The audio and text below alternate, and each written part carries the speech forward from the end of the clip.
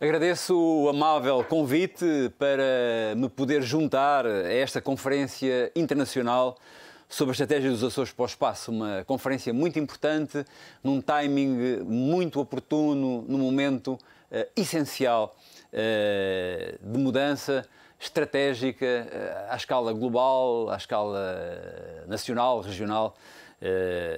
Eu fui relator sombra no Parlamento Europeu para o Programa Europeu do Espaço. Representei o meu grupo político, os socialistas e democratas, mas foi um programa que reuniu sempre um largo consenso sobretudo dos grupos políticos mais pró-europeus e que querem ver a Europa com uma voz relevante do ponto de vista estratégico à escala global. O espaço não tem limites, mas o Programa Europeu do Espaço, tal como o delimitámos, em termos das prioridades, e há pouco o Sr. Diretor-Geral já falou muito dessas prioridades, mas também como lutámos para que o programa não fosse excessivamente delimitado no seu potencial financeiro. Porque, como sabem, na fase final foi necessário conciliar o quadro de financiamento plurianual, 2021-2027, com os programas de recuperação e resiliência, a Next Generation EU, mas o Parlamento Europeu lutou de forma muito determinada pela importância de manter um financiamento significativo para o Programa Europeu do Espaço. E com os seus principais pilares, de que já foram aqui referidos, o Galileu, o Copérnicos, o GovSat para as ligações e comunicações seguras entre os governos, tão importante que tem sido para a cibersegurança ou agora para a coordenação das políticas, por exemplo, de resposta à pandemia.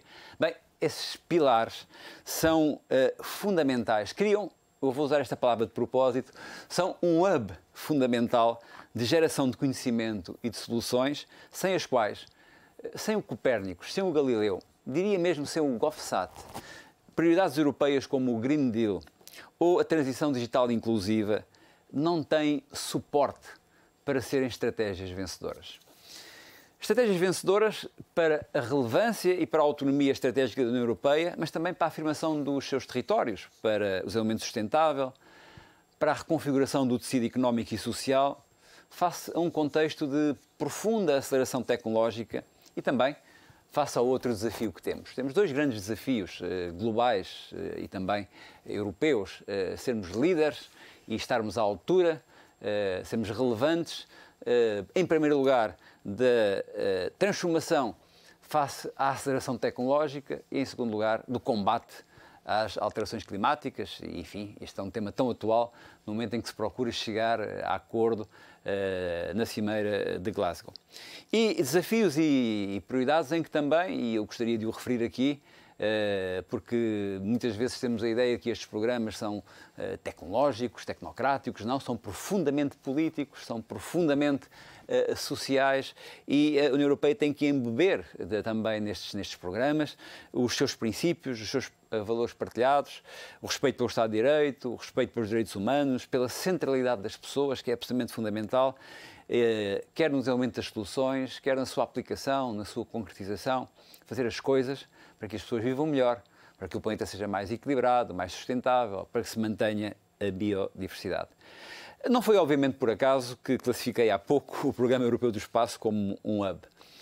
Numa sociedade que evolui de uma textura de rede para uma textura neuronal, ser um hub, ou seja, ser uma centralidade onde confluem conhecimento, recursos, para responder a necessidades globais, e como tal também necessidades nacionais, regionais, locais, individuais, é a forma mais inteligente e prática de ter sucesso. E foi por isso, nesse contexto, e filo em diversas intervenções no Parlamento Europeu, das várias formas em que podemos fazer, perguntas, emendas, intervenções na Comissão, intervenções em plenário, sempre defendi a aposta dos Açores em ser um hub transatlântico para o setor aeroespacial.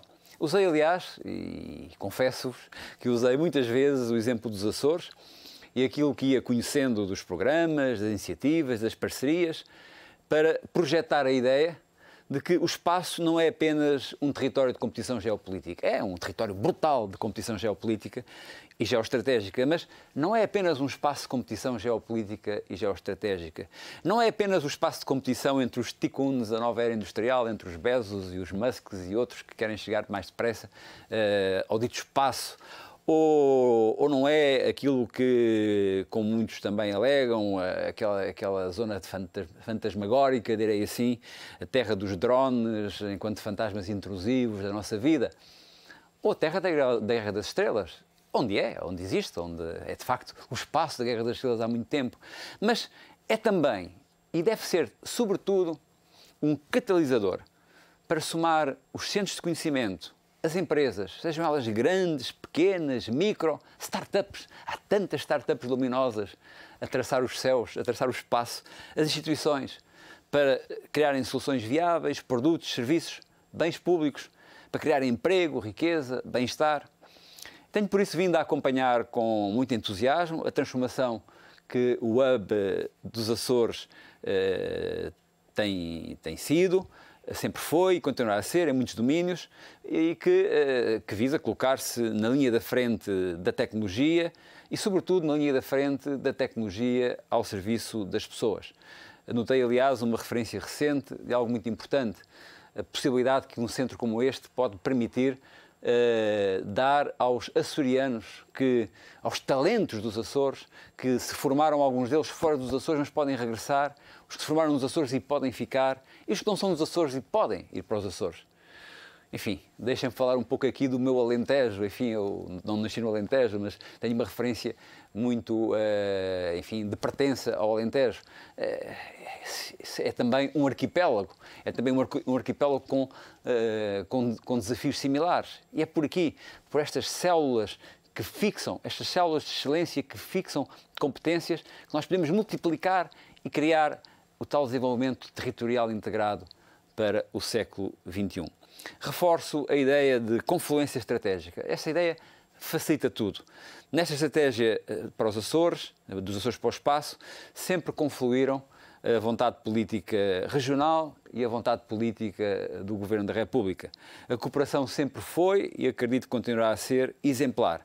E a essa confluência foram sendo somadas outras confluências, que foram dando raízes internacionais à ideia e que a tornaram também muito apetecível, como viram há pouco, pela intervenção do Sr. Diretor-Geral, para a concretização das políticas europeias e quer também para a criação de links globais. Por isso, tendo começado esta minha breve intervenção, e nós aqui no Parlamento Europeu estamos treinados para usar o tempo que nos dão, e portanto eram 7 minutos, não sei se já passei um bocadinho, mas para terminar esta minha breve intervenção, tendo começado por me referir ao Programa Europeu do Espaço, não tenho dúvidas que esta estratégia já ganhou muito espaço para além do Programa Europeu do Espaço, sendo estratégica para a transição verde.